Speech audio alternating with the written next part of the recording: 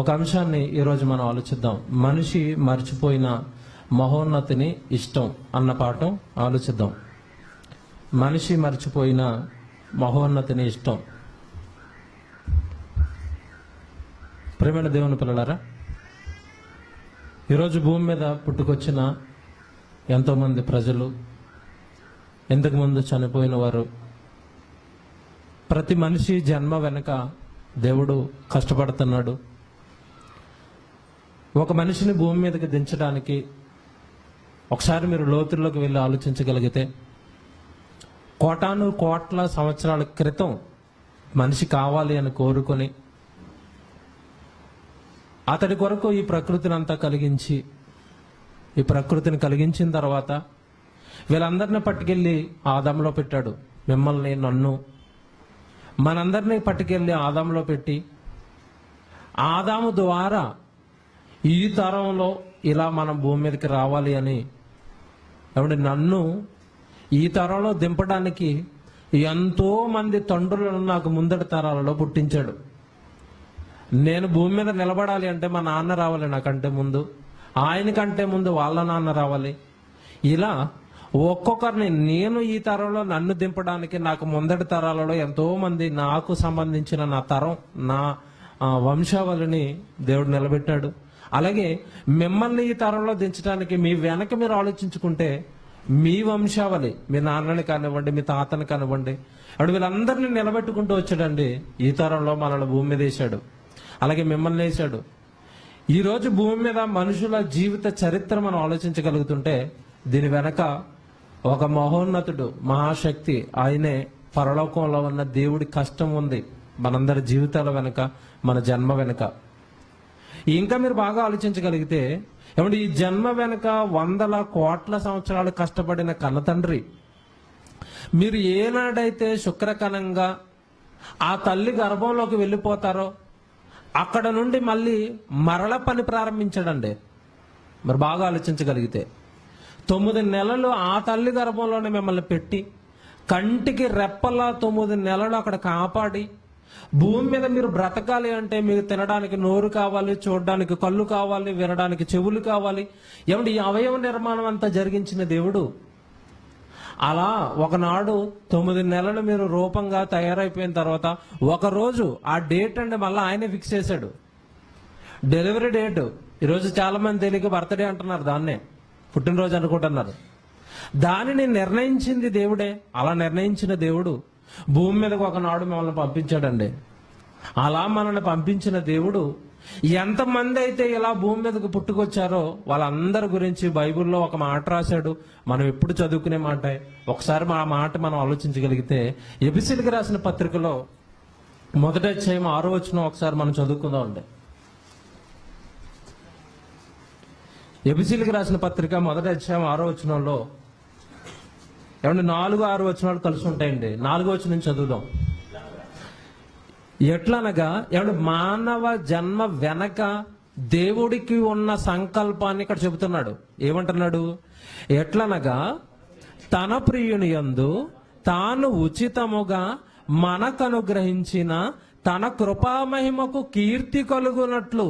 అంటే జన్మ వెనుక దేవుడు ఎలాంటి కలలు కన్నాడో చాలా విషయాలు చెప్పుకొస్తూ ఒక్కొక్క విషయాన్ని చెబుతాడండి దేవుడు. అక్కడ కామ పెడతాడు, మరొక విషయాన్ని చెబుతాడు, కామ పెడతాడు, మరొక విషయాన్ని చెబుతాడు, కామ పెడతాడండి. ఏమంటే 6 వచనాలలో దేవుడు అద్భుతాన్ని రాయించాడండి. మన జీవితం మొత్తం ఇక్కడే రాశాడు. మన జీవితం వెనక దేవుడు కన్న కలలన్నీ ఇదిగో ఇక్కడే రాశాడండి. నీ జన్మ ఎందుకు జరిగిందో ఒక్క బిట్టు చెప్పాడు. ఏం బిట్టు అంట? ఎట్లనగా తన ప్రియునందు తాను ఉచితముగా మనకు అనుగ్రహించిన తన కృపామహిమకు కీర్తి కలుగునట్లు నీ జన్మ జరిగింది అంటూ తర్వాత మరొక విషయం చెప్తున్నాడు. రెండవది ఏంటంటే, తన చిత్త ప్రకారమైన దయా సంకల్పము చొప్పున నీ జన్మ జరిగింది, నీ పుట్టుక జరిగింది అంటున్నాడు. తన చిత్త ప్రకారమైన దయా సంకల్పము అన్నాడు. ఇది రెండవదండి. ఇంకా మీరు కింద చదవగలిగితే మరొక విషయం చెప్తున్నాడు. ఏమంటున్నాడు అంటే, ఆ జన్మ ఎవరి ద్వారా తనకు పిల్లలుగా కావాలనుకున్నాడు అంటే, యేసుక్రీస్తు ద్వారా తనకు కుమారులుగా స్వీకరించుటకై ఇంకొక విషయం చెప్తాడు, మరలా అక్కడ కామ పెట్టేసి మనలను ముందుగా తన కోసం నిర్ణయించుకొని మరలా కామ పెట్టాడండి. ఎన్ని విషయాలు చెప్తున్నాడో మీరు ఆలోచించాలి. మనలను ముందుగా తన కోసం నిర్ణయించుకున్నాడు. నీవు నీ కొరకు కాదు, నీవు నీ ప్రేయసి కొరకు కాదు, నీవు నీ ప్రియుడి కొరకు కాదు, నీ భార్య కొరకు కాదు, నీ భర్త కొరకు కాదు. ఎవరి కొరకు అంటున్నాడు? ఆయన కొరకు. మనలను ముందుగా తన కోసము నిర్ణయించుకొని ఎన్నో విషయాలు చెప్పాడండి. కాకపోతే ఈరోజు మన పాఠానికి సంబంధించిన విషయం రెండో మాట అండి. మనం చదువుకున్న ప్రారంభం నుంచే ఆ రెండో మాట మనం ఆలోచించగలిగితే, జన్మ వెనక దైవ సంకల్పంలో ఉన్న ఒక మంచి మాటను చెబుతున్నాడు. రెండో మాట మనం చదవగలిగితే, తన చిత్త ప్రకారమైన దయా సంకల్పము చొప్పున అనడండి. చిత్తము అనగానే ఇష్టం అండి. చిత్తము అన్న ఇష్టము అన్న ఒకటే. మన జన్మ దేవుని ఇష్ట ప్రకారం జరిగింది అంటున్నాడు. నా జన్మైనా కానివ్వండి, మీ జన్మైనా కానివ్వండి. నిజంగా మీరు లోతుల్లోకి వెళ్ళి ఆలోచించగలుగుతానండి. నన్ను దేవుడు ఇష్టపడ్డాడు, మిమ్మల్ని దేవుడు ఇష్టపడ్డాడు, ఇష్టపడి మిమ్మల్ని ఇష్టపడ్డాడండి. మీరు బాగా ఆలోచించగలిగితే మనం తల్లి గర్భంలోకి రాక మునుపు మనతో పాటు ఎంతమంది వస్తారో మీకు తెలుసు. శుక్రకణాలు ఎన్ని వస్తాయి? కోట్లు. ఆ కోట్ల మందిని కాదని ఎవరిని కావాలనుకున్నాడు? మనల్నే, నన్నే. అంటే మీరన్నా దేవుడికి చాలా ఇష్టం, నేనన్నా దేవుడికి చాలా ఇష్టం అండి. తన చిత్త ప్రకారం, తన ఇష్ట ప్రకారమే మరి ఈ రోజు భూమి మీద ఉన్న మనుషులందరినీ కలిగించాడు పరలోకంలో ఉన్న దేవుడు. మరి ఇలా దేవుడి ఇష్ట ప్రకారం పుట్టిన మనిషి భూమి మీద తన బ్రతుకు కాలంలో దేవుడి ఇష్టాన్ని నెరవేరుస్తున్నారా అన్నది మనం ఆలోచించగలిగితే, ఇక్కడ కూర్చున్న మన గురించి ఆలోచిద్దామండి. మనం ఎప్పుడు దేవుడి ఇష్టాన్ని నెరవేర్చే పనుల్లోనే ఉంటామా?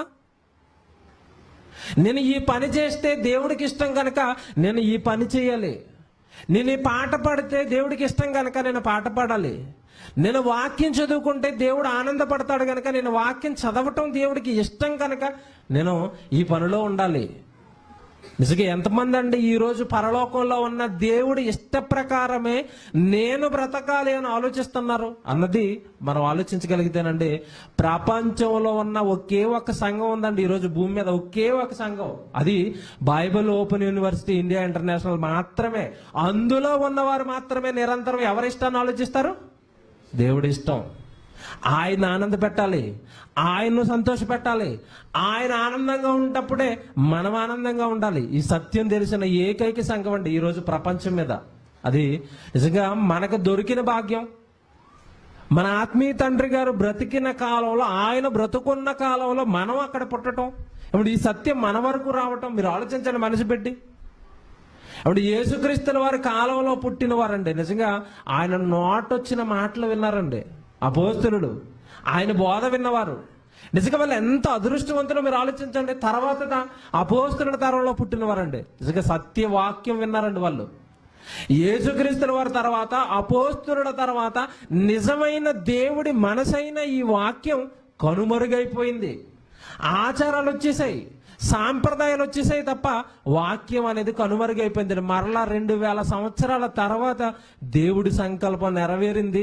బైబిల్లో ఉన్న మాటలు మరలా ప్రపంచం మధ్యలోకి వచ్చేయండి. దానికి ఏకైక కారణం జయశాలి గారేనండి.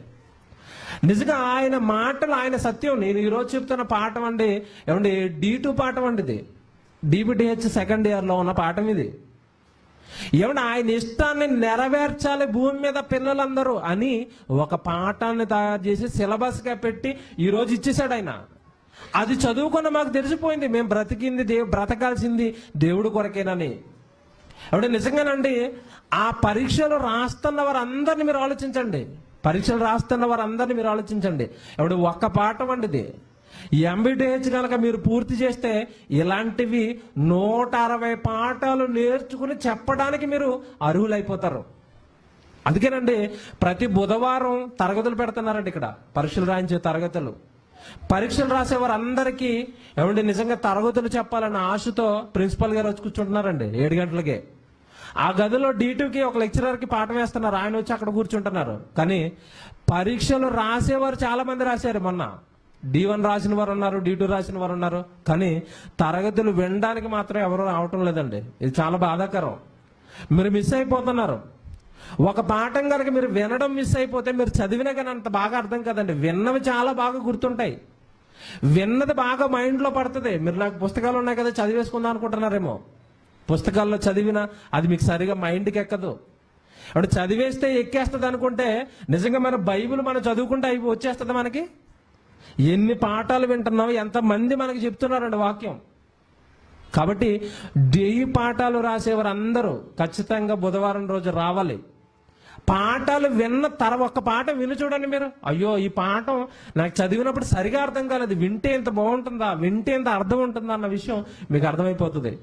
అవును, అలాగే బుధవారం మరి పెద్దలు వచ్చేటప్పుడు పిల్లలకు కూడా తరగతులు పెట్టారు ప్రిన్సిపాల్ గారు. ఎవరో పిల్లలను తీసుకురావట్లేదు, పిల్లలకు జ్ఞానం ఎక్కించుకోవట్లేదు. మరి అలాగే మరి పరీక్షలు రాస్తున్న వారు ఈ జ్ఞానాన్ని సంపాదించాలని ఆశ లేదు. మరి ఇలా అయితే దేవుడు మన ఎడల కన్న ఇష్టం లేదా ఆయన మన ఎడల కంటన్న సంకల్పం మనకి ఎప్పుడు తెలుస్తుంది, మనం ఎప్పుడు పనిలోకి వెళతాం, ఎప్పుడు ఆ మహాజ్ఞానాన్ని మనం సంపాదించుకుంటాం, మీరు ఆలోచించాలి. ఏమండి, ఈ విషయం మీరు బాగా ఆలోచిస్తానండి. ఈరోజు భూమి మీద ఉన్న మనుషుల జీవితాలలో ఇష్టం అనేది ఉంది. నాకు కొన్ని రకాల ఇష్టం, కొన్ని రకాల బట్టలు ఇష్టం, డార్క్ కలర్ నాకు ఇష్టం. కొంతమందికి ఏమంటే మంచి ముదర రంగులున్న ఇష్టం, కొంతమంది లేత రంగులు ఇష్టం. అలాగే తిండిలో కూడా మీరు ఆలోచించండి, ఒకరికి చికెన్ అంటే ఇష్టం, ఒకరికి మటన్ అంటే ఇష్టం. ఇవన్నీ ఇష్టాలు భూమి మీద మనిషివి. అలాగే నాకు పలానా వ్యక్తి అంటే ఇష్టం, మా చెల్లి అంటే నాకు ఇష్టం, మా అన్న అంటే నాకు ఇష్టం. ఏమంటే ఇలా మనుషులు ఇష్టాలు కలిగి ఉన్నారు. ఏమంటే ఈరోజు మనుషులు కలిగి ఉన్న ఈ ఇష్టాలన్నీ కూడా అంటే కేవలం మనుషుల మీద మాత్రం కలిగి ఉన్నారు తప్పండి దేవుడి మీద ఎవరు సరైన ఇష్టాన్ని కలిగి లేరండి. అది గమనించిన యేసుక్రీస్తుల వారు భూమి మీద ఉన్న కాలంలో ఒక మాట మాట్లాడుతున్నాడు, మీరు ఆలోచించాలి. యేసుక్రీస్తుల వారు భూమి మీద బ్రతుకున్న కాలంలో ఆయన నోట నుండి వచ్చిన ప్రతి మాట మీరు ఆలోచించగలిగితే పరలోకంలో ఉన్న దేవుణ్ణి ఆనంద పెట్టే మాటలే ఆయన నోట నుండి వచ్చాయండి. ఆయన నోట నుండి వచ్చిన మాటల్లో ఒక మాట మీరు ఆలోచించగలిగితే మత్తయి సువార్త 6వ అధ్యాయం అండి. మత్తయి సువార్త 6వ అధ్యాయము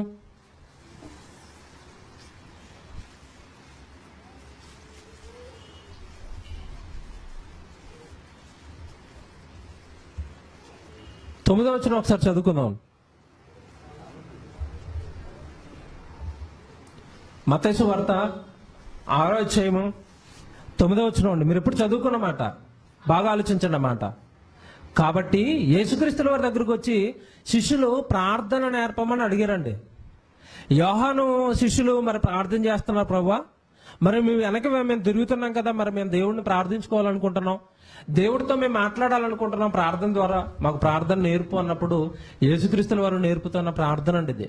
ఆ ప్రార్థనలో అది ఏమంటున్నాడో మీరు బాగా ఆలోచించాలి.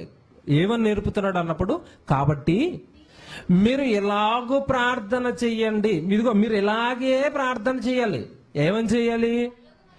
మొదటి మాట మీరు ఆలోచించండి, ఏమంటున్నాడు? పరలోకమందున్న మా తండ్రి అనాలి. ఎవరిని అనాలి? దేవుడిని. ఏమంటే ఇక్కడ చాలా అర్థం ఉందండి. మీరు ఒక్కసారి అక్కడ ఆగిపోయి ఆలోచించండి. శిష్యుల్ని ఏమని పిలవమని చెప్తున్నాడు దేవుణ్ణి? పరలోకమందున్న మా తండ్రి అనమంటున్నాడు. ఇప్పటి వరకు మనం అన్నాం తండ్రి అని ఎవరిని? మనల్ని కన్నా మనకి శరీరాన్ని ఇచ్చిన ఈయనన్నా మనం తండ్రి అని. ఏమంటే తండ్రి అనగానే మీరు ఆలోచించండి, ఆ మాటలోనే శిష్యులను దేవుడికి దగ్గర చేస్తున్నాడండి యేసుక్రీస్తుల వారు. మీరు బాగా ఆలోచించాలి. అంతకుముందు ఇశ్రాయేల్ అంతా దేవుడిని ఏమని పిలిచేవారండి? మీరు బాగా ఆలోచించండి. ఏమని పిలిచారు? యెహోవా అని పిలిచేవారు, సైన్యములకు అధిపతి యెహోవా అని పిలిచేవారు, మా ప్రభువా అని పిలిచేవారు. అంతేనా? దేవుణ్ణి తండ్రి అన్న దాఖలాలు ఎక్కువగా కనపడతాయా పాత నిబంధనలో? ఎక్కడ లేవండి.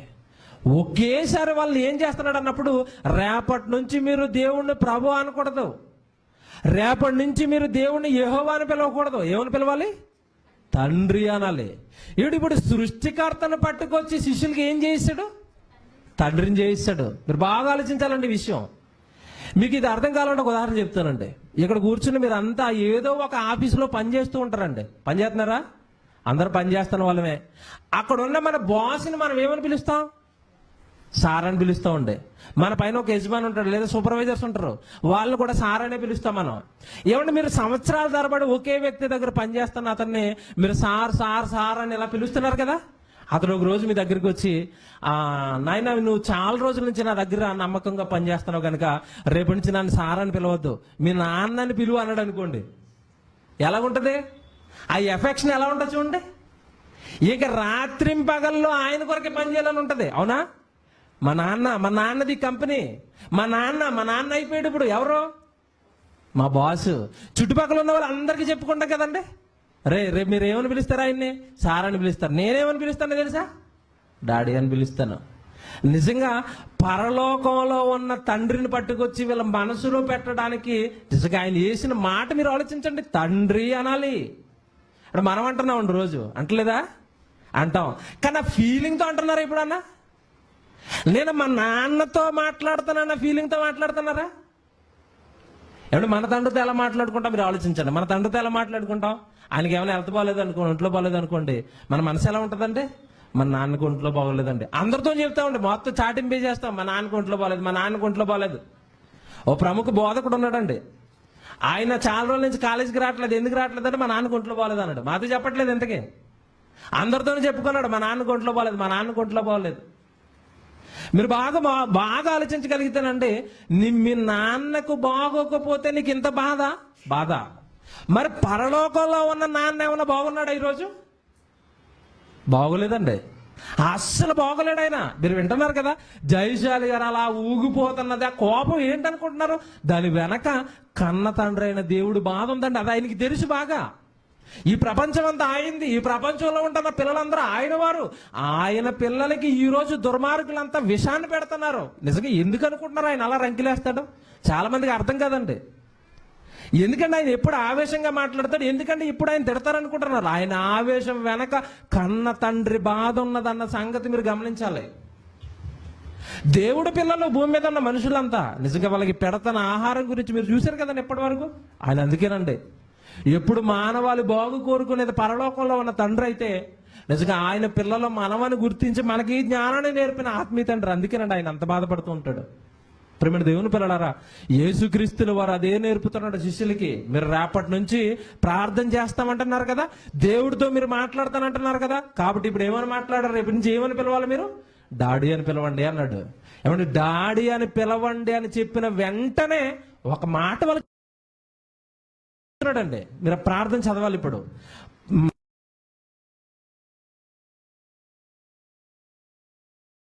వార్త 6:9 పరలోకమందున్న మా తండ్రి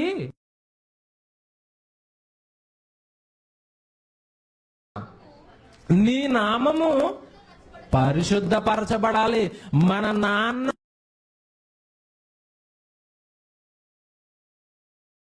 పేరుకి భూమి మీద చెడ్డ పేరు,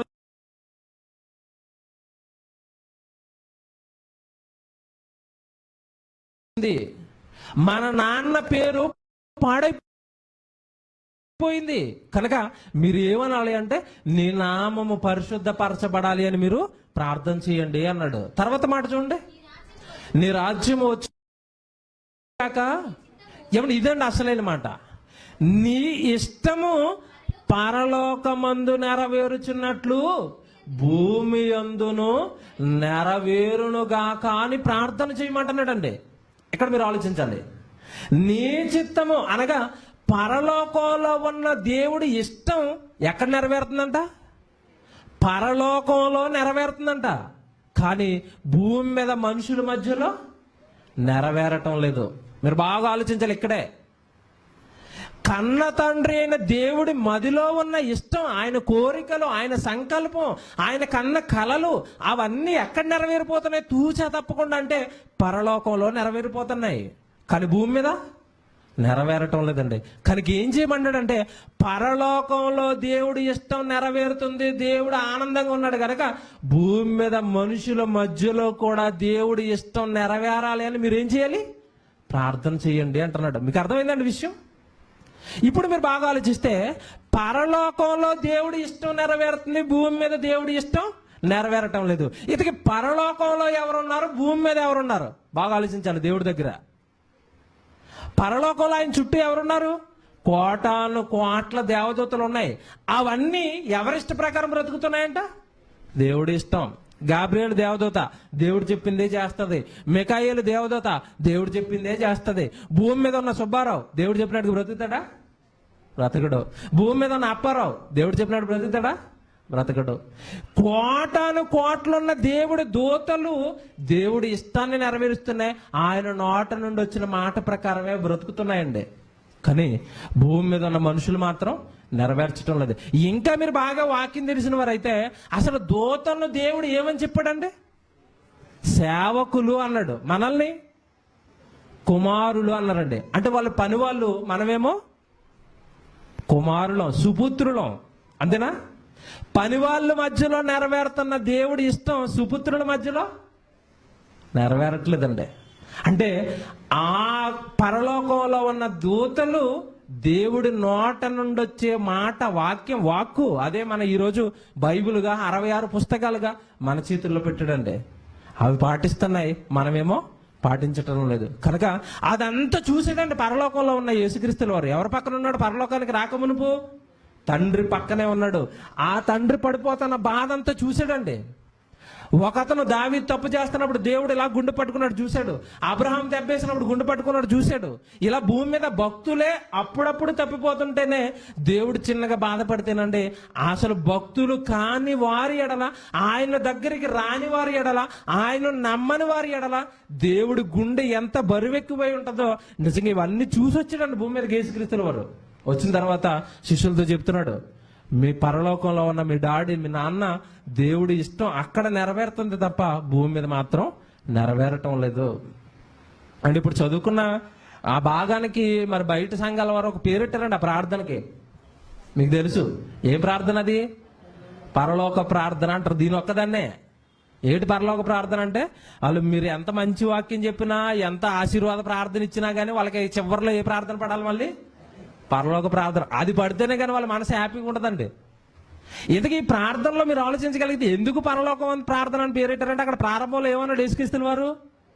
పరలోకమందున్న మా తండ్రి అన్నాడు. కనుక దీనికి పరలోక ప్రార్థన అంట. మరి ఈయన అన్నం తినేటప్పుడు ప్రార్థన చేసుకుంటాడు, అది ఎక్కడికి వెళ్తుంది? పాతాళలోక ప్రార్థన, భూలోక ప్రార్థన, ఏమైనా పరదేశ ప్రార్థన ఏమైనా ఉన్నాయండి బైబిల్లో? అన్ని వెళ్ళాల్సింది ఎక్కడికి? పరలోకానికే. నువ్వు ఏ ప్రార్థన చేసినా దేవుడు పరలోకంలో ఉన్నాడు, ఆయన వినాలి, ఆయన చెవులోకి వెళ్ళాలి. అంటే ప్రతి ప్రార్థన కూడా ఏ ప్రార్థన? ఇప్పుడు పరలోక ప్రార్థనే. ఏమంటే ఇక్కడ మాట ఈ భాగం అండి మీరు ఆలోచించగలుగుతానండి. దేవుడు కన్న కలలండి. దేవుడు మనుషుల ఎడల అనుకున్నవన్నీ నెరవేరనప్పుడు దేవుడు బాధపడితే ఆ బాధ అంతా గుండెల్లో దాచుకుని వచ్చాడు భూమి మీదకి. ఎవరు? యేసుక్రీస్తుల వారు. వీళ్ళని చూసిన వెంటనే నిజంగా అది అంతా గుర్తొచ్చిందండి ఆయనకి. అందుకే ఆ ప్రార్థనలో ఇవన్నీ చెప్తున్నాడు. మీ పరలోకంలో ఉన్న మీ నాన్న సుఖంగా లేడు, హ్యాపీగా లేడు, మీ మనుషులను బట్టి, మిమ్మల్ని బట్టి ఆయన చాలా బాధల్లో కూరుకుపోయాడు అంటున్నాడు. అలాగే భూమి మీద నెరవేరాలి అని మీరు ప్రార్థన చేయండి అన్నాడు. అలా అన్న ఆయన ఏమన్నా కిందకి మీరు అంతా చదవగలిగితేనండి ఇంకా చాలా విషయాలు చెప్తాడండి. నీ రాజ్యం వచ్చునుగాక అంటాడు. ఏమండి ఇంకా ఆహారం గురించి చెప్తాడు. ఇవన్నీ చెప్పుకుంటున్నాడండి. ఏమంటే దీనికి పరలోక ప్రార్థన అని పేరు పెట్టారు. బాగా ఆలోచించాలి మీరు. ఏమంటే ప్రార్థనలో వారు చేసేది ఏంటండి? నీ చిత్తం పరలోకమందు నెరవేరుతున్నట్లు భూమి అందును నెరవేరును గాక. మీకు ఒక విషయం తెలుసో లేదండి, మిమ్మల్ని పాట పాడమంటే కొంతమంది పాడతారు, కొంతమంది పాడరు. కానీ వాళ్ళు పరలోక ప్రార్థన చేయమంటే ఎంతమంది చేస్తారో తెలుసా? చిన్న బొడ్డోడు కూడా మొత్తం పట్టి పట్టేసి ఆడ చెప్తున్నాడు అంతా. ఒక్కరి నోటి నుండి కూడా మాట రాకుండా ఉండదు, అందరూ చేస్తారు పరలోక ప్రార్థన. ఎందుకంటే మీకు ఈ ప్రార్థన వస్తేనే దేవుడు మిమ్మల్ని ఆశీర్వదిస్తాడని చెప్తాడు. ఎవరు? హాయ్ గారు. నిజంగానండి ఈ రోజున్న ఈ సంఘాల్లో అన్నిట్లో ఈ పరలోక ప్రార్థన చేస్తున్నారు. దేవుడి చిత్తం భూమి పరలోకంలో నెరవేరుతుంది, భూమి అందరూ నెరవేరును గాక అంటున్నారు, ప్రార్థన చేస్తున్నారు. తర్వాత ఏం చేస్తారండి? ఒకరికొకరు షేక్ హ్యాండ్లు ఇచ్చుకుంటారు. అన్నయ్య వందనాలు, చెల్లి వందనాలు అంటారు. ఎవరికైనా షేక్ హ్యాండ్లు ఇచ్చుకొని వెళ్ళిపోతారండి ఇంటికి. ఎందుకంటే ప్రార్థన ఏమని చేశారు? అక్కడ ప్రార్థన ఏమని చేశారండి? నీ చిత్తం భూమి మీద నెరవేరాలి అని ప్రార్థన చేశారు. ఇంతకీ మరి నెరవేర్చాల్సింది ఎవరు? షేక్ హ్యాండ్లు ఇచ్చుకుని ఎవరింటికల్లా వెళ్ళిపోతే మీరు ఆలోచించారా? నెరవేర్చాల్సిన సుపుత్రులు షేక్ హ్యాండ్లు ఇచ్చుకుంటున్నారు, ఇంటికి వెళ్ళిపోతున్నారు. తెలంగాణ ప్రాంతంలో ఉన్నవారు ప్రార్థన చేసి నీ చిత్తం భూమి మీద నెరవేరాలంటున్నారు. అక్కడ ఆంధ్రాలో ఉన్నవారు నెరవేరాలంటున్నారు. తమిళనాడులో ఉన్నవారు నెరవేరాలంటున్నాడు. ఎవరికాలు షేక్ హ్యాండ్లు ఇచ్చుకుంటున్నారు, ఇంటికి వెళ్ళిపోతున్నారు. ఎవరండి మరి నెరవేర్చేది? ఇంతకీ ఏమండి ఇలా మనం ప్రశ్న అడిగాం అనుకోండి, ఈ మధ్యకాలంలో కొంతమంది బైబిల్ చదువుతున్నారండి. బైబిల్ ఓపెన్ యూనివర్సిటీ వచ్చిన తర్వాత కొంతమంది బైబిల్ పట్టుకున్నారు. ఇప్పుడు వాళ్ళు ఏమంటున్నారంటే, ఏమన్నా అక్కడ నెరవేర్చమని ప్రార్థన చేయమని చెప్పాడు తప్ప యేసుక్రీస్తుల వారు. బాగా ఆలోచించాలి. అక్కడ నెరవేర్చమని ప్రార్థన చేయమని చెప్పాడు తప్ప మనల్ని ఎక్కడ చేయమన్నాడు అంటున్నారండి వీళ్ళు. ఆలోచించారా? నిజంగా అక్కడ అలాగే ఉంది. మరి ఏమనుంది? ప్రార్థన చేయమన్నాడు, మేము ప్రార్థన చేస్తున్నాం, సేకరణలు ఇచ్చుకుంటున్నాం, ఇంటికి వెళ్ళిపోతున్నాం. మమ్మల్ని చేయమని ఎక్కడ చెప్పాడు అని అంటున్నారు వీళ్ళు. నిజంగా వీళ్ళు ఎలాగంటున్నాంటే అక్కడక్కడ టిక్కులు పెట్టుకున్న మాటలు చదువుతారండి. ఎవడు ఆరాధ్యం అయిన తర్వాత 7వ అధ్యాయం స్టార్ట్ చేశాడు మళ్ళీ యేసుక్రీస్తుల వారు. 7వ అధ్యాయానికి వెళ్ళినప్పుడు చూడండి ఏమంటున్నాడు. 7వ అధ్యాయంలో 21లో చూడండి, 7:21 ఏమంటున్నాడు? ఏమన్నా ఇక్కడ చెప్తున్నాడు, ముందేం చేయమన్నాడు? ప్రార్థన చేయమన్నాడు. ఇక్కడికి వెళ్ళేటప్పటికి ఏం చెప్తున్నాడు చూడండి, ప్రభువా ప్రభువా అని నన్ను పిలుచు ప్రతివాడును. ఈ విషయం వీళ్ళకి తెలియదండి పాపం. అసలు ప్రార్థన చేస్తే పరలోకం వెళ్ళిపోతాం అనుకున్నారు. 6వ అధ్యాయంలో ప్రార్థన చేయమని ఆయన 7వ అధ్యాయానికి వెళ్ళేటప్పటికి ఏమన్నాడు, ఒరే ఓన్లీ ప్రార్థన చేస్తే నువ్వు పరలోక రాజ్యానికి. ఎంత మంచి మాటలండి బైబిల్లో. అన్ని చెబుతాడండి దేవుడు. వీళ్ళు కొన్నే చదువుకుంటారు. ప్రభువా ప్రభువా అని నన్ను పిలుచు ప్రతి వారు పరలోక రాజ్యంలో ప్రవేశింపడు. గాని మరి ఏం చేయాలి? అది అసలు మాట చెప్తున్నాడు చూడండి ఇక్కడ, నా తండ్రి చిత్త ప్రకారం చేయువాడే పరలోక రాజ్యానికి ప్రవేశిస్తాడు. మాట్లాడితే ప్రవేశించడు, ఏం చేస్తే ప్రవేశిస్తాడు? చిత్త ప్రకారం చేస్తే, అంటే పని చేస్తే పరలోకం. నిజంగా వాక్యం ఎంత బాగుంటుందండి.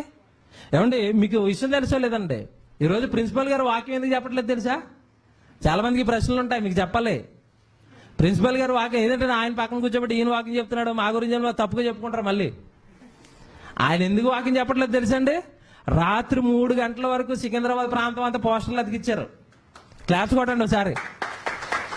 ఏమంటే భవిష్యత్తులో కానీ ఏమంటే ముందటి కాలాల్లో కానీ ఏ ప్రిన్సిపల్ అయినా పోస్టర్లు అతికించడానికి వెళ్ళాడండి? తెల్లవారు 3 గంటల వరకు పోస్టర్లు అతికిచ్చి అలసిపోయి వచ్చి కూర్చుని పొద్దున్న 7 గంటలకు ఫోన్ చేశాడు, అన్నయ్య ప్రిపేర్ అవ్వలేకపోతున్నాను, వాక్యం చెప్పలేను, కొంచెం వాక్యం చెప్పండి అని. నిజంగా ఎందుకు అనుకున్నారు ఈ కష్టం? ఆయనకి అవసరం అండి? ప్రిన్సిపాల్ వెళ్ళి పోస్టర్లు సికింద్రాబాద్ రోడ్లు అంపబడి ఆ మురుక్కుంటలు అదంతా ఆ పోస్టర్లు అతికించే పని ఆయనకి అవసరమా? చేస్తున్నాడు. కారణం ఏంటనుకుంటున్నారు? ఈ పని చేస్తేనే ఎక్కడికి వెళ్తాం? పరలోకానికి వెళ్తాం. ఎవరి పిల్లలండి రాత్రి ఈయనతో పాటు చాలా పెద్ద బృందం వెళ్ళింది, మన సుమనన్న కానివ్వండి, చాలా మంది వెళ్ళారండి. వీళ్ళందరూ రాత్రి 3 గంటల వరకు పోస్టర్లు అతికిచ్చారు. ఇప్పుడు కొంతమంది మరలా మీ మధ్యలో లేరు. వాళ్ళు ఎక్కడికి వెళ్ళిపోయారు తెలుసండి? ఇప్పుడు మళ్ళీ సికింద్రాబాద్ చుట్టుపక్కల ప్రాంతాలలో కరపత్రాలు పట్టుకుని పంచడానికి వెళ్ళిపోయారండి. ఏమైంది? ఇక్కడ కూర్చుని ఆరాధన చేసుకుంటే అవదా? మరి ఎందుకు వెళ్తున్నారు? పని కోసం. పని చేస్తేనే పరలోకం ఇస్తాడు. నా తండ్రి చిత్త ప్రకారం చేయువాడే పరలోకంలో ప్రవేశిస్తాడు. నా తండ్రి అనగా దేవుడి మదిలో మీ ఎడల ఒక ఇష్టం ఉంది. మీరు ఆయన కొరకు బ్రతకాలి అని, మీరు ఆయన పని చేయాలి అని. ఆ ఇష్టం నెరవేర్చిన నాడు మాత్రమే మీరు పరలోకం చేరుకుంటారు. ఇది యేసుక్రీస్తుల వారు సమాజానికి చెప్పిన సత్యం అండి ఇది. ఇకపోతే మరి దేవుడి కొరకు దేవుడి ఇష్టాన్ని నెరవేర్చడానికి పొందుకున్న ఈ జన్మలో మనిషి ఎలాంటి ఆలోచనలోకి వెళ్ళిపోయాడు? మీరు చాలాసార్లు చదువుకున్న మాటలేనండి ఇవి. దేవుడి ఇష్టం కొరకు బ్రతకాల్సిన మనిషి ఎలాంటి వాటిల్లో కూరుకుపోయాడో యేసుక్రీస్తు వారు చెప్తున్నాడు 6వ అధ్యాయంలో. ఒకసారి 6వ అధ్యాయం చూడండి, 25వ వచనంలో.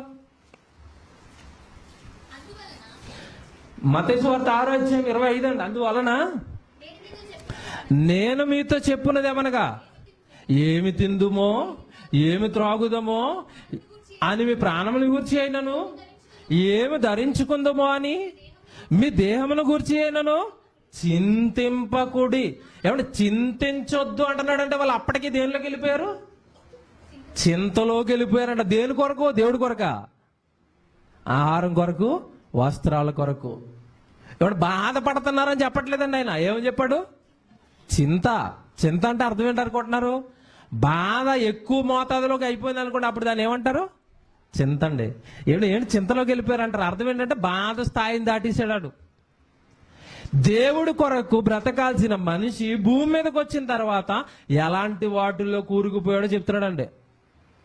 ఇంకొక మాట మీరు ఆలోచించగలిగితే లోకాసు వార్త 12వ అధ్యాయం చూడండి, 19వ వచనం. ఏమంటే లేని వారేమో మాకు ఆహారం లేదు, ఏం తిందాం ఏం తాగుదాం అని ఆలోచిస్తున్నారు. ఎక్కువైపోయినాడు ఏం ఆలోచిస్తున్నాడు చెప్తున్నాడండి ఇక్కడ. లోకాసు వార్త 12వ అధ్యాయం 19వ వచనం.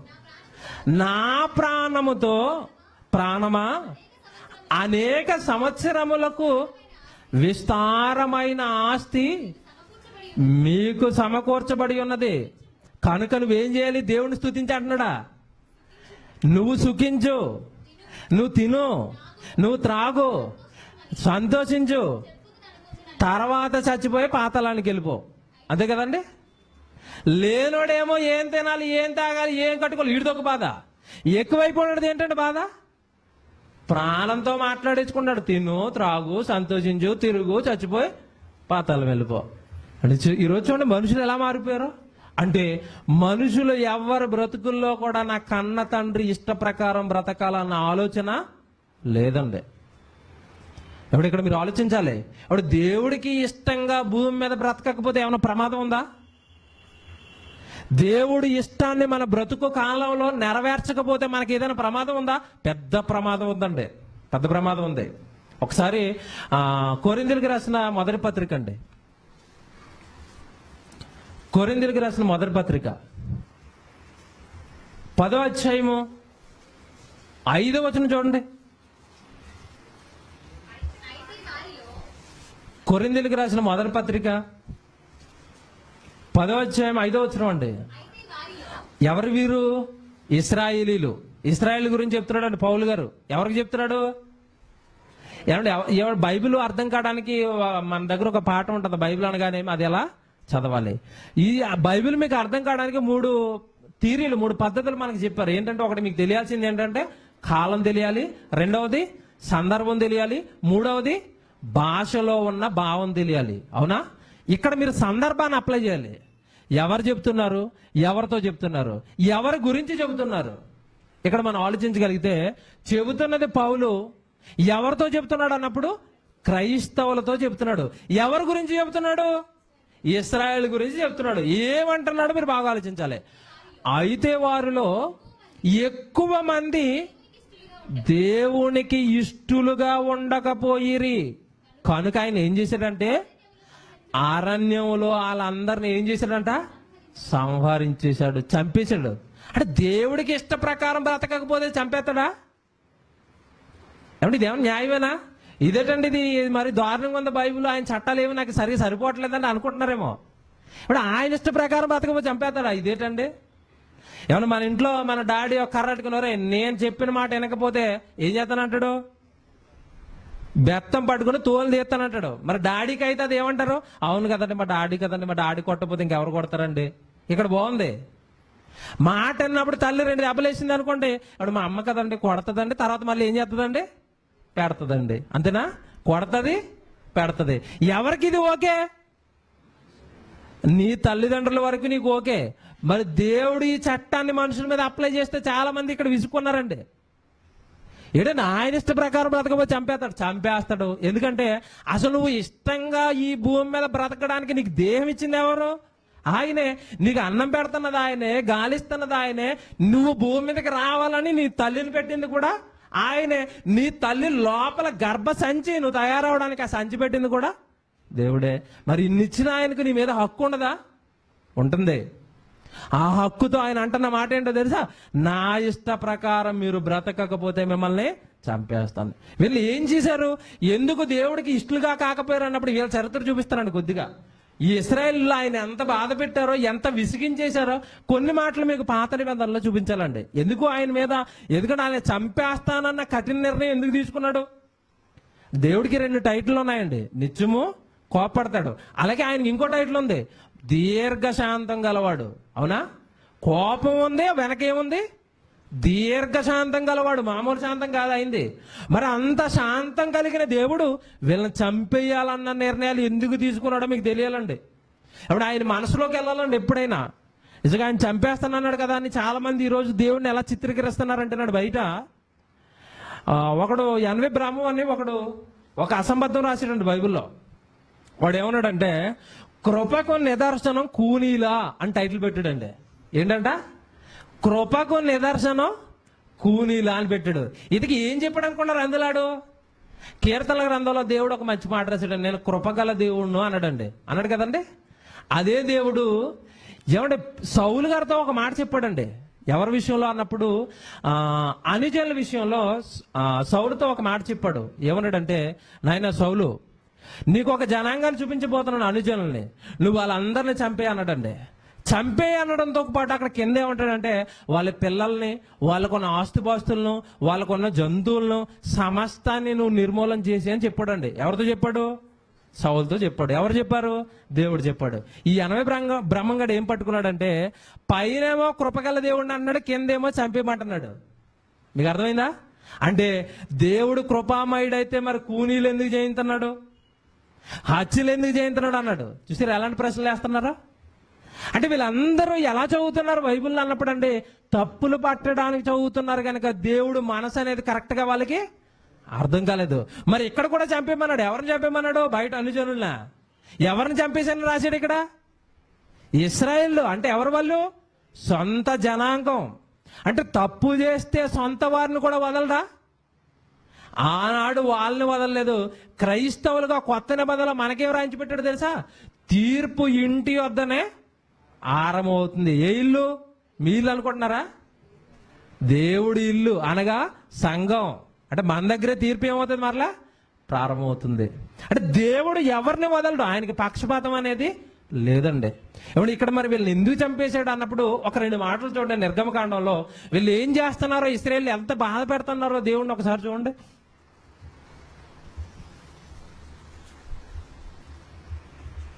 16వ అధ్యాయం 1వ వచనం అండి. నిర్గమకాండం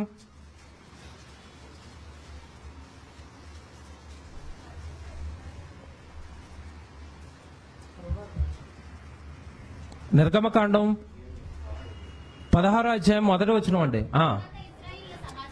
తర్వాత ఇశ్రాయేలు సమాజం అంతయు ఏలీము నుండి ప్రయాణమైపోయి వారు ఐగుప్తు దేశంలో నుండి బయలుదేరిన ఎన్ని నెలలు అయిపోయింది? మీరు కాలాన్ని జాగ్రత్తగా కౌంట్ చేయండి. 2 నెలలు అయిపోయింది. 2వ నెల 15వ దినమున ఏలీమునకు సీనాయికి మధ్యనున్న సీను అనే అరణ్యంకి వచ్చారు. ఆ అరణ్యంలో ఇశ్రాయేలు సమాజం అంతయు మోషే అహరోనుల మీద సనిగారు. ఎందుకు సనుగుతున్నారు? ఇశ్రాయేలీలు మేము మాంసము వండుకొను కొండల యొద్ద కూర్చుండి తృప్తిగా ఆహారం తినప్పుడు యెహోవా చేతి వలన ఏల చావకపోతిమి. ఎందుకు చనుగుతున్నారండి వీళ్ళ ఇశ్రాయేలు? దేనికోసం చదువుతున్నారు ఇక్కడ? మాంసం కోసం. ఇంతకీ మాంసం ఎక్కడ ఉన్నప్పుడు అడుగుతున్నారు? ప్రయాణంలో 2 నెలలు అయిపోయింది బయలుదేరి. ఎక్కడ వదిలి? ఐగుప్తును వదిలేసి 2 నెలలు అయిపోయిన ప్రయాణంలో వీళ్ళు ఉన్నది ఎక్కడ? హైదరాబాద్ సిటీలో ఉన్నారా? ఎక్కడున్నారు? అరణ్యంలో. ఇక్కడ మీరు బాగా కాన్సెప్ట్ ఆలోచించాలి. ప్రయాణంలో ఉన్నారు, అరణ్యంలో ఉన్నారు, అప్పుడేం అడుగుతున్నారు? ఇది ఎంత దుర్మార్గం అండి నిజంగా. మీరు ట్రైన్లో వెళ్ళిపోతున్నప్పుడు ఏం తింటారండి? నేను చికెన్ బిర్యానీ వస్తేనే తింటానని కూర్చుంటారా ట్రైన్లో ఉన్నప్పుడు? ఇడ్లీ వస్తే ఇడ్లీ, దోశ వస్తే దోశ, ఏదో ఒకటి పడేయాలి, అర్జెంట్గా ప్రయాణం ముగించుకుని దిగిపోవాలి. అంతే కదండి, మన ఆలోచనలు ఎలా ఉంటాయి కదండి. ఇప్పుడు వీళ్ళు ఎక్కడున్నారు? వీళ్ళు మంచి పాలు తేనెలు ప్రవహించే దేశానికి ప్రయాణంలో ఉన్నారు. ప్రయాణంలో ఉన్నప్పుడు ఎవడైనా మాంసం అడుగుతాడండి? ఎంత అది పోయి మరి ఏమన్నా దొరికే సిటీయా? ఆ మటన్ దొరుకుతుంది పట్టుకురండి అనడానికి ఎక్కడున్నారు వీళ్ళు? అరణ్యంలో. వీళ్ళ క్రూరంగా హింసించారండి దేవుణ్ణి. తట్టుకోలేకపోయాడండి. సనుగుతున్నారండి. పోనీ అడగట్లేదు. ఏమంటున్నారంట? ఎవడన్నా తిట్టినా కానీ పెద్ద బాధ అనిపించదండి. మనకి ముఖమే తిట్టేశాడు అనుకోండి, బాధ అనిపించదండి. అలా పక్కన సనుగుతున్నాడు అనుకోండి, మనకి వినపడినట్టు ఎలా ఉంటుందండి మీ మనసు? ఈ సనుగుళ్ళు అస్సలు భరించలేమండి. దేవుడు భరించలేకపోయాడండి. ఇదేంటి నాయన, వీళ్ళని ఏదో చేద్దామని, వీళ్ళకి మంచి దేశాన్ని ఇద్దామని నేను తీసుకెళ్తుంటే, మోసేను నాయకుడిగా పెట్టి నానా కష్టాలు నేను పడుతుంటే వీళ్ళు ఏం చేస్తున్నారు? రివర్స్లో సనుగుతున్నారు. అడిగితే బాగుండండి. ఆ సందర్భాన్ని మరలా చదవండి. మంచి ఒక విషయం చెప్తానండి. ఇక్కడ వాళ్ళు ఎక్కడ తింటున్నారంట తిండి? మీరు ఆలోచించండి. ఎక్కడ తింటున్నారంట? ఐగుప్తులో ఉన్నప్పుడు. 3వ వచనం అండి.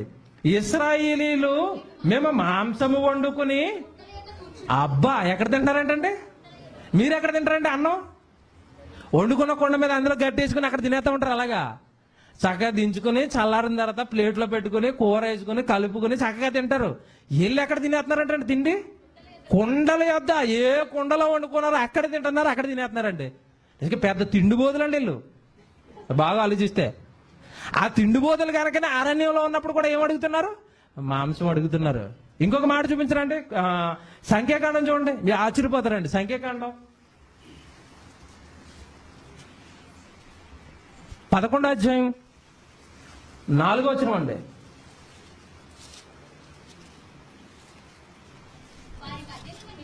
సంఖ్యాకాండం 11వ అధ్యాయం 4వ వచనం అండి. మళ్ళీ వీళ్ళు ఇశ్రాయేలు గురించి చెప్తున్నాడు అండి.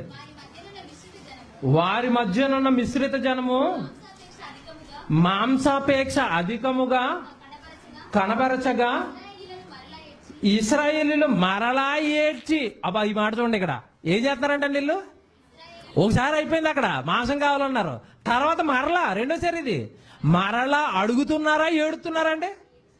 ఎవడు మాంసం కోసం ఏడుతారండి ఎవరైనా? మీరు బాగా ఆలోచించండి. ఎవడు మీ జీవిత చరిత్రలో ఎప్పుడైనా మా ఆయన మాకు ఆశ పెట్టలేదని ఏడ్చారండి స్త్రీలు? ఎవడు పిల్లలు ఏడుతారండి, నాన్న నాకు మాంసం కావాలని బోరుమని ఏడుతున్నాడు, ఏడవడండి వాళ్ళు. ఇదేంటండి ఈ దుర్మార్గులు ఏంటండి? పోనీ ఉన్నదేమన్నా మంచి మాంసం అన్ని దొరికే ప్రాంతంలో ఉన్నారంటే లేదు, అరణ్యంలో ఏది దొరికితే అది పడేసుకుని వెళ్ళిపోదామన్న ఆలోచన లేదండి వాళ్ళకి. ఏమంటే ఒకనాడు ఇశ్రాయేలు ప్రయాణంలో ఉన్నారు, ఈనాడు క్రైస్తవులు కూడా ప్రయాణంలో ఉన్నారు. అవునా? బాగా ఆలోచించాలి మీరు. ఒకనాడు వాళ్ళు ఏ ప్రయాణంలో ఉన్నారు? పాలు తేనెలు ప్రవహించే ప్రయాణంలో ఉన్నారు, వాళ్ళు ఆ దేశం ప్రయాణంలో ఉన్నారు. ఈ రోజు క్రైస్తవులు నేను వస్తాను మిమ్మల్ని తీసుకెళ్ళిపోతాను అంటే క్రైస్తవులు కూడా ఏదో ప్రయాణంలో ఉన్నారు. ఏ ప్రయాణం? పరలోకపు ప్రయాణంలో ఉన్నారు.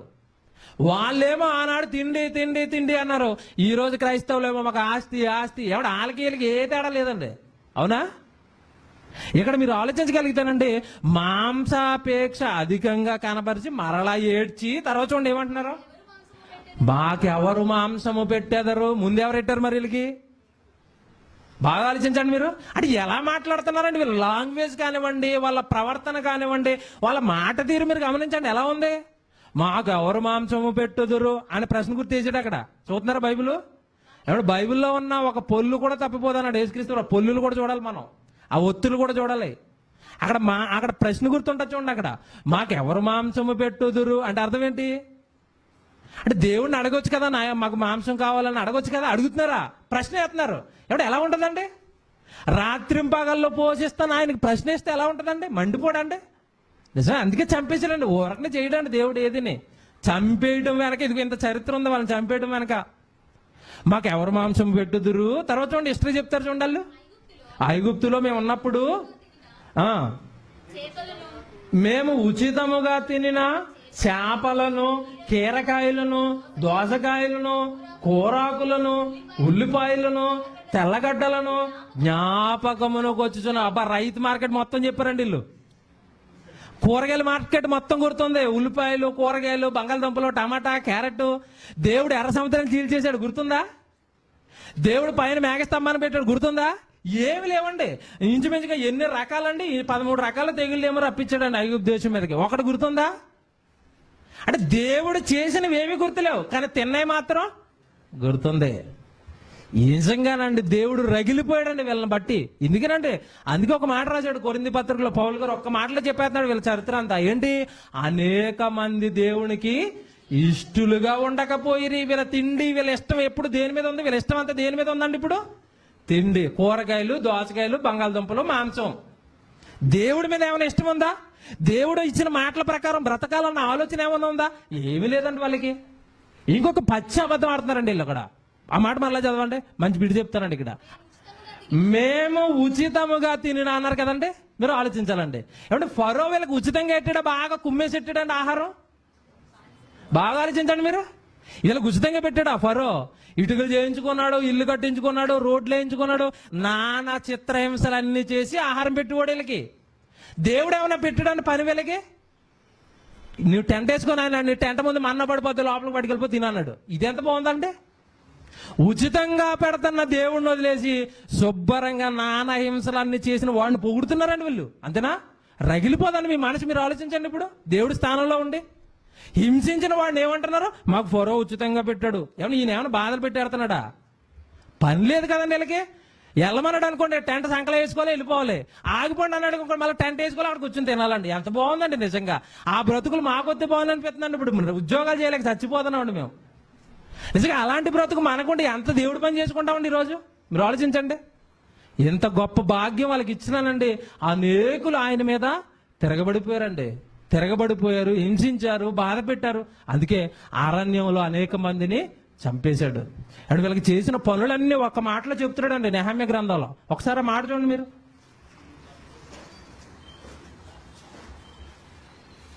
9వ అధ్యాయం నెహమ్యా గ్రంథం 20-21 వచనం చూడండి.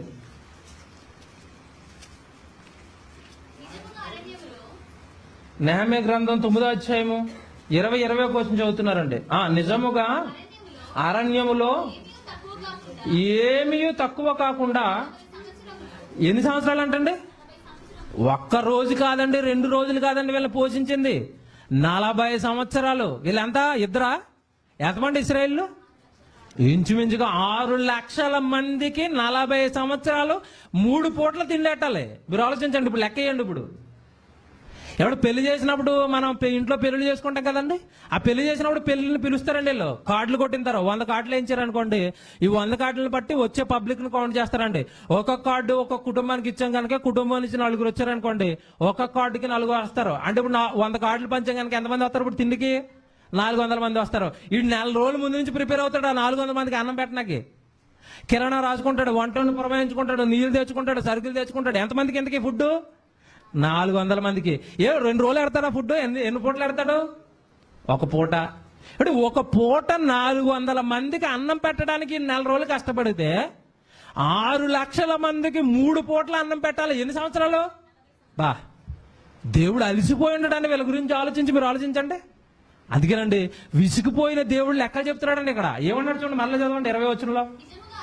నిజముగా అరణ్యములో ఏమీ తక్కువ కాలేదంట. ఒక్కడికి ఒక్కడు తక్కువ కాలేదు. నాకు మన్నా సరిపోలేదు అన్నప్పుడు ఒక్క కంప్లైంట్ లేదండి. 40 సంవత్సరములు వారిని పోషించితివి, వారి వస్త్రములు పాతగిలిపోలేదు, వారి కాళ్లకు వాపు రాలేదు. చూసారంటే ఒకటే డ్రెస్ అండి. ఎన్ని సంవత్సరాలు?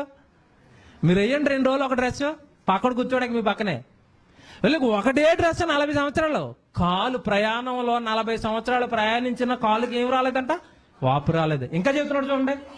ఇదిగాక రాజ్యములను జనములను వారికి అప్పగించి వారికి సరిహద్దులను ఏర్పరిచితివి గనక వారు సీహోను అను హెబ్షోను రాజ్యం యొక్క దేశమునకు బాషానునకు రాజైన ఓగు యొక్క దేశములను స్వాతంత్రించుకొనిరి. ఒక పక్క ఆహారం పెడుతున్నాడు, మరో పక్క రాజులందరినీ వీళ్ళ చేతుల కింద వేస్తున్నాడండి. దేవుడు చేశాడండి ఇవన్నీ వీళ్ళకి. అయినా ఒక్కడు కూడా దేవుడు ఇష్ట ప్రకారం బ్రతకాలన్న ఆలోచన వాళ్ళలో లేదండి. మీరు ఆలోచించాలి. ఒకనాడు ఇశ్రాయేలే ఆయన మనసులో ఉన్న కోరికల ప్రకారం, ఆయన మనసులో ఉన్న మాటల ప్రకారం బ్రతకకపోతే నా జనాంగం అని చెప్పుకున్న వాళ్ళనే వదలలేదండి ఆ రోజు. మరి ఈరోజు మన సంగతి ఆలోచించాలి. మనకొక పని ఇచ్చాడు, ఆ పనిని మన భుజాల పైన పెట్టాడు. ఈరోజు ఆ పని నువ్వు చెయ్యాలని, నేను చెయ్యాలని పరలోకంలో సింహాసనం మీద కూర్చుని ఆయన కలలు కంటున్నాడు అండి. ఆయన మదిలో మీరు నేను ఆయన కొరకు పని చేయాలన్న కోరిక ఉంది. మరి ఆ పనిలో ఎంతమంది ఉంటున్నారు? ఆ పనిలో ఎవరుంటారో వాళ్ళకి యేసుక్రీస్తు ఏమన్నాడు? వారే నా తండ్రి చిత్త ప్రకారం చేయువారు అన్నాడు. అంటే నిజంగా ఈ రోజు మనం చేస్తున్న కార్యక్రమాలండి, సభలు కానివ్వండి, సెమినార్లు కానివ్వండి, ఆవిడ 4, 5, 6 తారీఖులో జరగబోయే జాన్సన్ అన్న సభ కానివ్వండి, ఇవన్నీ ఎందుకు చేస్తున్నాం అనుకుంటున్నారు? మీరు ఆలోచించండి. ఎందుకు చేస్తున్నాం? ఒకదాని తర్వాత ఒకటి త్వరగా ఆ మీటింగ్ అయిపోవాలి, ఈ మీటింగ్ అయిపోవాలి, ఈ మీటింగ్ అయిపోవాలి ఎందుకు అనుకుంటున్నారు? ఈ ప్రణాళికలన్నీ వేస్తున్నది ఇలా పని చేస్తే ఆయన మాటలు ఆయన పిల్లలకు వినపడుతుంటే పరలోకంలో ఉన్న దేవుడు ఆ సభ జరిగిన ఆ 3 రోజులైనా ఆనందంగా ఉంటాడండి. మీరు ఆలోచించాలి. ఒక రోజు సభ పెడితే ఆ సభలో జరుగుతున్న ఆ గంట సేపు ప్రసంగంలో దేవుడి మాటలు తన పిల్లలు వింటుంటే పరలోకంలో ఉన్న మన తండ్రి ఒక్క గంట అయినా ఆనందంగా ఉంటాడండి మనల్ని బట్టి. నా పిల్లలు నా మాటలు వింటున్నారని. అందుకే సభలు ప్లాన్ చేసేది, అందుకే సెమినార్లు ప్లాన్ చేసేది. వినకపోతారా, మారకపోతారా, ఆయన కొరకు బ్రతకకపోతారా అన్న సంఘంలో ఉన్న పెద్దలందరూ మన గురించి ఆలోచిస్తున్నామండి. అవన్నీ 4, 5, 6 సభలు. తర్వాత మీరు పోస్టర్ చూసారో లేదో, మళ్ళీ ఆగస్టు 15కి ఒక సభ ఉంది ఉపేంద్రన్నతో, 26కి ఒక సభ ఉంది సంతోషన్నతో. ఇవన్నీ ఎందుకు అనుకుంటున్నారు? వినాలి వినాలి వినాలి, ఆయన మాటలు వినాలి, ఆయన కొరకు బ్రతకాలన్న ఆలోచన మనలో పుట్టాలి, కలిగించాలి. ఎందుకేనండి ఈ సభల ఏర్పాట్లు, తరగతుల ఏర్పాట్లు, మిమ్మల్ని రండి రండి అని మిమ్మల్ని పిలిచేది అందుకేనండి. ఆయన మాటలు వినాలి, ఆయన కొరకు వింటూ ఉంటేనండి ఆయన కొరకు బ్రతకాలన్న ఆశ మనలో చిగురిస్తుంది. మాటలు వినాలి, బాగా వాక్యం వినాలి. ఇకపోతే యేసుక్రీస్తుల వారు మనందరికీ ఆదర్శం. ఆయన బ్రతుకును బట్టే మనం భూమి మీద మన బ్రతుకులను సిద్ధం చేసుకోవాలి. మరి ఆయన బ్రతుకు కాలంలో ఎలా బ్రతికాడో ఒక మాట రాసిడండి బైబిల్లో దేవుడు. ఒకసారి ఆ మాట చూస్తే ఎబ్రిల్కి రాసిన పత్రికలో 10వ అధ్యాయం 5వ వచనం చూడండి. ఎబ్రిల్కి రాసిన పత్రిక 10వ అధ్యాయము 5వ వచనం అండి. కాబట్టి ఆయన ఈ లోకమందు ప్రవేశించినప్పుడు ఎలాగో చెప్తున్నాడు. ఎవరో మేం కాదు, ఎవరు చెప్తున్నారు? యేసుక్రీస్తుల వారు చెప్తున్నారు. బలియు అర్పణయు తండ్రి, పరలోకంలో ఉన్న మా నాన్న నువ్వు వాటిని కోరుకోలేదు. ఏటిని? బలియు అర్పణయు నువ్వు కోరుకోలేదు, కానీ నాకొక శరీరాన్ని అమర్చావు. ఎందుకు? సినిమాలు యాక్ట్ చేయడానికా? జబర్దస్త్లు యాక్ట్ చేయడానికా? ఏమన్నా మ్యూజిక్ డైరెక్టర్లు అవడానికా? ఎందుకు అమర్చాడు ఈ దేహాన్ని? మీరు బాగా ఆలోచించండి అండి. ప్రపంచం అంతా ఇక్కడ పప్పులో కాలేసిందండి. దేహాలు యేసుక్రీస్తుల వారికి అమర్చినట్టుగానే నాకు ఒక దేహం, నా దేహం చూసారా ఏమండి? ఇంత అందం, ఇంత పొడగైన నా దేహాన్ని అమర్చాడు. ఇక్కడ కూర్చున్న మనందరికీ యేసుక్రీస్తుల వారికి ఎలాగైతే దేహాన్ని తల్లి గర్భంలో అమర్చాడో, నాకు మీకు ఈ రోజున్న భూమి మీద ఉన్న 750 కోట్ల మందికి ఈ దేహాలు అమర్చింది ఎవరండి? పరలోకంలో ఉన్న దేవుడు. ఆ యేసుక్రీస్తుల వారికి ఆ విషయం తెలిసిపోయింది. ఏంటి? నాకొక శరీరాన్ని నీవు అమర్చావు కనుక ఇప్పుడు ఆ శరీరంతో నేనేం చేయాలి? పూర్ణ హోమములను, పాప పరిహారార్థ బలులను నీకు ఇష్టం లేదు తండ్రి. అప్పుడు నేను గ్రంథపు చుట్టలో బైబిల్లో నన్ను గూర్చి వ్రాయబడిన ప్రకారము, దేవా తండ్రి, ఇగో నీ ఇష్టం నెరవేర్చుటకు నేను వచ్చేసాను. యేసుక్రీస్తుల వారు ఎందుకు వచ్చాడంట? దేవుని ఇష్టం నెరవేర్చడానికి వచ్చేసాడు. మరి యేసుక్రీస్తుల వారు అక్కడే దేవుడి ఇష్టాన్ని నెరవేర్చడానికి వచ్చాడా? మనందరం మన ఇష్ట ప్రకారం బ్రతకడానికి వచ్చామా? మేము ప్రారంభంలో ఒక మాట చదివించాను. మన జన్మ ఆయన చిత్త ప్రకారమైన దయా సంకల్పము చొప్పున. అంటే అందరి జన్మ వెనక దేవుడి ఇష్టం అనేది ఉందండి.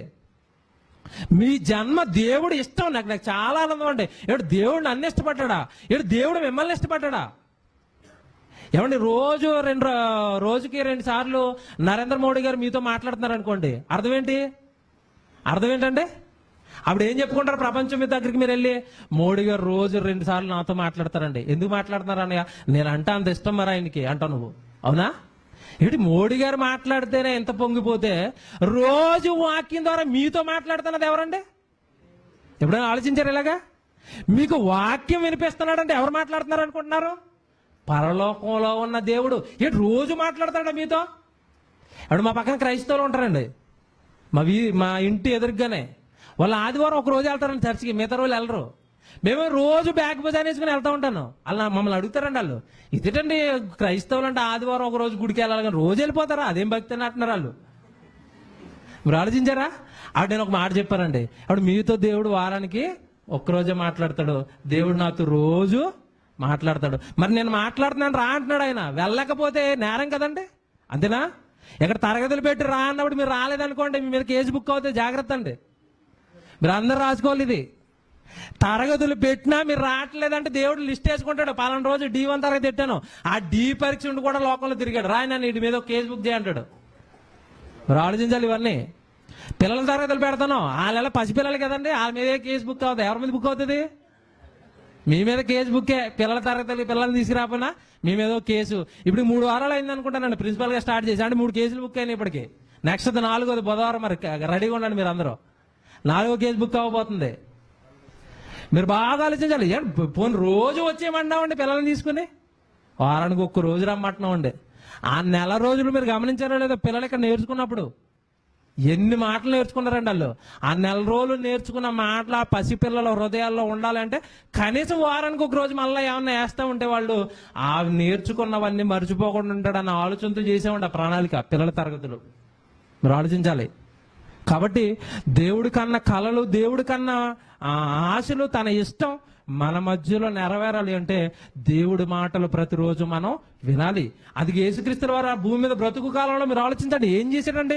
నేను దేవుడి ఇష్టాన్ని నెరవేర్చడానికి నాకు ఈ దేహాన్ని ఇచ్చానన్న యేసుక్రీస్తుల వారు మరి ఆ దేహంతో ఏం జరిగించాడు? మీరు ఆలోచించండి. ఏం చేశాడు?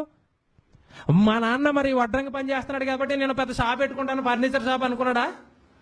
వాళ్ళ నాన్న యేసుక్రీస్తు వారు వాళ్ళ యోసేపు గారు ఏం పని? కుర్చీలు, ఇగో డోర్లు, మంచాలు, ఈ పని అయింది. అబ్బో మా నాన్న దగ్గర మరి 30 సంవత్సరాలు పని నేర్చుకున్నాడు కదా, పెద్ద ఫర్నిచర్ షాప్ పెట్టుకుందాం అనుకున్నాడా? గ్రామాన్న దేవుడి మాటలు పట్టుకుని తిరిగాడు. మీకు తెలిసిన మాటలు ఇవన్నీ. మార్క్స్ వార్త 1:38 వచనంలో అంటాడు, ఇతర సమీప గ్రామముల్లో ప్రకటించుటకు వెళ్ళుదాము రండి, ఇందు నిమిత్తమే కదా నేను పరలోకము నుండి దిగి వచ్చి తిని. ఎందుకు దిగి వచ్చాడంట? ఇందు నిమిత్తమే. ఎందు నిమిత్తం? సమీప గ్రామాలలో వెళ్ళి సువార్త ప్రకటించడానికి. మరి మీరెందుకు వచ్చారు? ఆ సువార్తను ప్రకటించడానికే. పోనీ మేము చేస్తున్నాం, మా వెనకాల రండి అన్నయ్య అంటే చాలా తక్కువ మంది వస్తారండి. మీరు ఆలోచించాలి. మరి మీ ఎడల దేవుడి ఇష్టం నెరవేరుతుందా? మీ తండ్రి మీ ఎడల కన్న కలలు మీరు పండిస్తున్నారా? మీరు ఆలోచించాలి ఈ విషయాలన్నీ విన్న తర్వాత. ఏమండి, ఇలా దేవుడి ఇష్ట ప్రకారం బ్రతికేసిన ఒక వ్యక్తి ఉన్నాడండి. నిజంగా ఆయన గురించి గర్వంగా చెప్పుకున్న ఒక భక్తుని బైబిల్లో చూపిస్తానండి చివరిగా. ఏమంటే ఈయన గురించి మనకు తెలుసు, దావీదండి. ఆయన గురించి రాయబడిన ఒక మాట చూడండి, అపోస్తల కార్యాల్లో 13వ అధ్యాయము 22వ వచనం ఒకసారి మీరు చదవండి.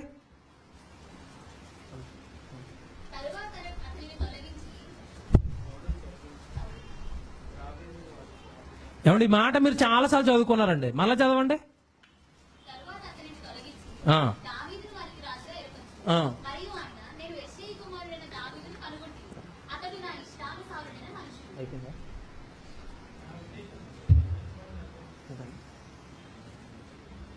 మీరు ఇక్కడ ఆలోచించండి. దావీదు గారి గురించి దేవుడు చెప్పిన మాట అండి ఇది. దావీదును నేను కనుగొన్నాను, అతడు ఎలాంటి మనుషుడు అంట? నా ఇష్టానుసారుడైన మనుషుడు. అంటే నా ఇష్టాన్ని నెరవేర్చేవాడు. ఎప్పుడు చెప్పాడు ఈ మాట? దావీదును కనుగొనక ముందే చెప్పేశాడు. దావీదు దేవుడి కొరకు బ్రతకక ముందే చెప్పేస్తున్నాడండి. రాజును చెయ్యక ముందే చెప్పేసాడు ఈ మాట. అతడు నా ఇష్టానుసారం తన బ్రతుకు కాలంలో నా కొరకు ఆయన బ్రతుకుతాడు అన్నాడు. అవునా? ఇది ఎవరిచ్చిన సాక్ష్యం? మీరు బాగా ఆలోచించాలి. ఎవరిచ్చిన సాక్ష్యం ఇది? దేవుడిచ్చాడండి. దేవుడిచ్చిన సాక్ష్యం ఏమంటే దావీదు అంటే నాకు ఇష్టం అన్నాడు. అవునా? ఇప్పుడు దావీదు ఒక సాక్ష్యం ఇస్తున్నాడు. కీర్తన గ్రంథాలు మీరు ఆ మాట చూడాలి. కీర్తన గ్రంథం 18వ కీర్తన 19వ వచనం అండి.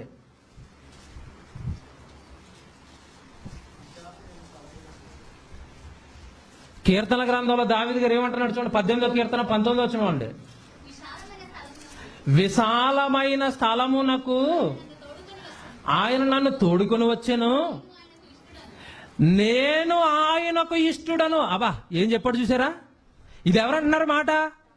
దావీదు అన్నాడు. ఏమంటున్నాడు? నేను పరలోకంలో ఉన్న దేవుడికి ఇష్టుడని నేను. ఏమన్నా మీరు అంటారా? ఇక్కడ మీరు ఆలోచించాలి. నేను ఆయన గురించి ఆయనే చెప్పుకున్నాడు. ఏమని? నేను పరలోకంలో ఉన్న నా తండ్రికి నేను ఇష్టుడను. ఎందుకు చెప్పుకున్నాడు ఈ మాట? ఎందుకంటే కింద చదవండి, నేను ఆయనకు ఇష్టడను గనక ఆయన నన్ను తప్పించాను, నా నీతిని బట్టి యెహోవా నాకు ప్రతిఫలం ఇచ్చాను, నా నిర్దోషత్వమును బట్టి నాకు ప్రతిఫలం ఇచ్చాను, యెహోవా మార్గములను నేను అనుసరించుచున్నాను కనుక నేనంటే దేవుడికి ఇష్టం. ఆయనంటే నాకిష్టం అని దేవుడు చెబితే బాగుంది. కానీ దావీదు గారు కూడా ఏమంటున్నాడు? నేనంటే నా దేవుడికి ఇష్టం. ఏమన్నా మీరు మనం అనగలమండి? నేను దేవుడికి చాలా ఇష్టం అండి, నా వెంటే దేవుడు ఉంటాడండి. భూమి మీద ఆ మాట అనగలుగుతున్న ఒకే ఒక వ్యక్తి ఎవరో తెలుసండి? దేవుడు నా వెంటే ఉన్నాడని ఒకే ఒక వ్యక్తి అండి ఈ తరంలో, జయశాలి గారు. ఆయన మాట విప్తే నోట్లోంచి ఏమవుతుంది తెలుసా? ఒరే దేవుడు నా వెనకున్నాడు చిటికలే చెప్తాడు. ఎందుకు అనుకుంటున్నారు? ఇదిగో ఇక్కడ దావీదుకున్న ధైర్యమే ఇప్పుడు జయశాలి గారికి ఉన్న ధైర్యం. ఎందుకంటే నేను నీ నీతి మార్గాలను అనుసరించి నడుస్తున్నాను, నేను దేవుడు కొరకు బ్రతుకుతున్నాను కనుక దేవుడు నా వెనక ఉంటాడు. నేను దేవుడికి ఇష్టడనే దావీదు గారు చెప్పేసుకున్నాడు. నేను దేవుడికి ఇష్టడనే. ఈ మాట ఎప్పుడు చెప్పాడో తెలుసండి? ఎప్పుడు చెప్పాడో తెలుసండి ఈ మాట? సౌలు దావీదును చంపేయాలని కత్తులు యుద్ధాలు పురమాయించినప్పుడు అనేక మందిని దావీదు మీదకి పంపించేసాడండి సౌలు. ఎందుకంటే దావీదుని రాజుగా నిలబెట్టాడన్న సంగతి తెలిసిన వెంటనే సౌలు కక్షతో రగిలిపోయాడు. దావీదును చంపేయాలనుకున్నాడు. చంపేయాలనుకున్నప్పుడు దావీదు మీదకి శత్రువులను పంపించాడండి. ఆ సందర్భంలో దావీదు రాసిన కీర్తన ఇది. ఎక్కడుంది అనుకున్నారు? పాత హిస్టరీ చూపిస్తానండి. సమూయేలు 2వ గ్రంథం చూడండి, ఇది ఎక్కడుందో. 2 సమూయేలు 22 అధ్యాయము 20 వచనం అండి.